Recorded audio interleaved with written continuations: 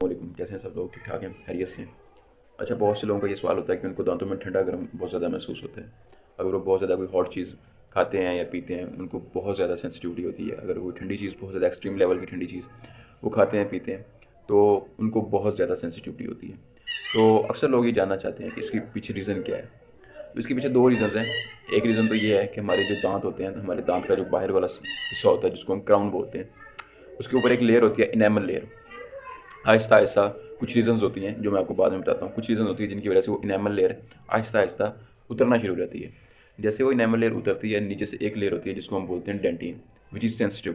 तो जो sensitive part होता है हमारे दांत का, जैसे ही उसको कोई एक्सट्रीम हॉट चीज़ या कोल्ड चीज़, कोई भी ठंडी चीज़ या गर्म चीज़ उसको टच करती है तो वो सेंसिटिव फील होती है। एक रीज़न ये है।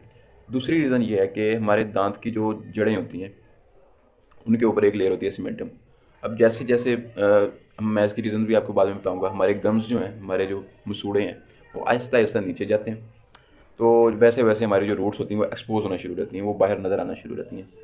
तो इस वजह से जब उनके ऊपर कोई ठंडी या गर्म चीज़ लगती है तो वो फिर सेंसिटिव होती हैं।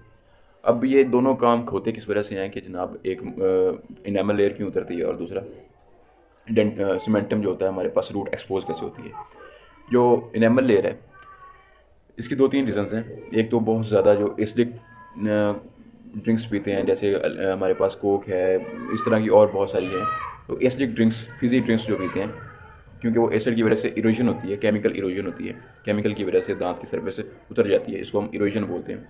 तो वो एसिड की वजह से हमारी जो इनेमल सरफेस होती है वो उतर जाती है। एक तो ये वजह है। दूसरी वजह ये है कि हम जब ब्रशिंग कर रहे होते हैं तो बहुत ज़्यादा ज़ोर ज़ोर से ब्रश करते हैं। और एक दूसरा हमारे पास हार्ड ब्रश होता है। तो उससे ये होता है कि हमारी जो सरफेस होती है इनेमल की, वो रगड़ रगड़ के उतर जाती है फ्रिक्शन की वजह से। इनेमल की ये है। तीसरी इसकी रीज़न ये हो सकती है कि कुछ लोग होते हैं जिनको एसिड रिफ्लक्स होता है, उनका मैदे का मसला होता है, तेज़ाबियत होती है उनको। वो इस तरह होता है कि वो एसिड रिफ्लक्स बाहर की तरफ आता है, मुंह में आता है, जिसकी वजह से वो दांतों की इरोजन स्टार्ट हो जाती है।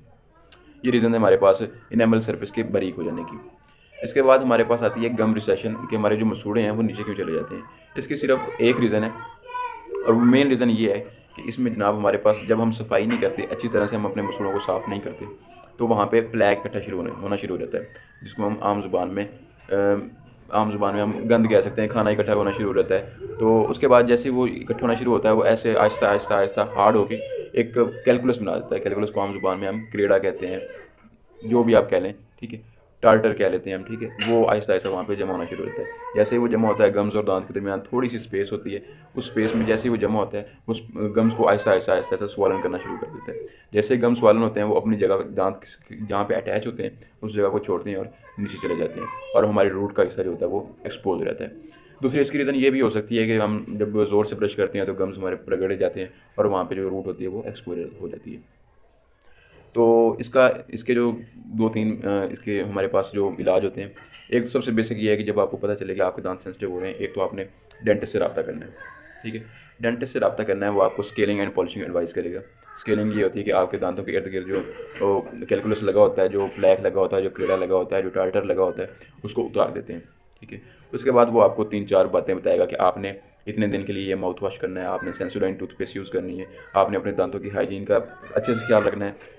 दूसरा आपको ब्रशिंग की टेक्निक बताएगा। अब ये तो हमारे पास होगी कि रूट एक्सपोज हुई हुई है, उसकी हाइजीन कंट्रोल है। अब इनेमल सरफेस उतर गई है, तो उसका क्या हल है।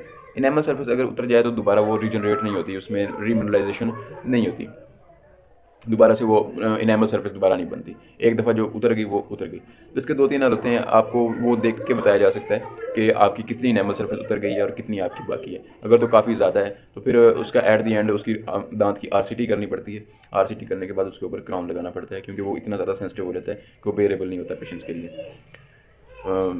बस इनफ है मेरे ख्याल में आज के लिए। और दूसरा, आप लोगों ने चैनल को लाजमी सब्सक्राइब करना है और लाइक भी करना है वीडियो को।